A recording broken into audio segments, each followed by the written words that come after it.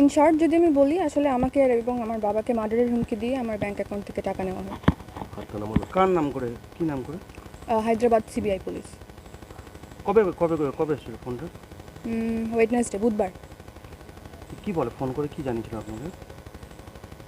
মানে ফোন, এটা পুরো প্রসেসটা তো মানে গোটা একদিনের বিষয়। সো ইন শর্ট যদি আমি বলতে চাই, তাহলে ফোন করে ওরা ফার্স্টে জানায় যে আমার নামে কোনো ক্রেডিট কার্ড তোলা হয় হায়দ্রাবাদ ব্যাংক থেকে, এবং আমি নাকি মানি লন্ডারিংয়ের কেসে যুক্ত। নরেশ গোয়েলের সাথে, নরেশ গোয়েল বলে কেউ একজন আছে, তার সাথে নাকি আমি মানি লন্ডারিংয়ের কেসে যুক্ত। তো এই বলে আসলে কনভারসেশন শুরু করা হয়, that I am under arrest, I am suspect money লন্ডারিংয়ের কেসে। সো এটা নিয়েই কনভারসেশন আসলে শুরু হয়, এবং শেষ হয় হচ্ছে আমার টাকা নিয়ে। আমাকে মার্ডারের হুমকি দিয়ে, আমার বাবাকে মার্ডারের হুমকি দিয়ে তারপর শেষ হয়। কত টাকা? ওভার 5 লাখ। হুমকিটা কারা দিয়েছিল? তারা তো বলে যে তারা হায়দ্রাবাদ সিবিআই পুলিশ,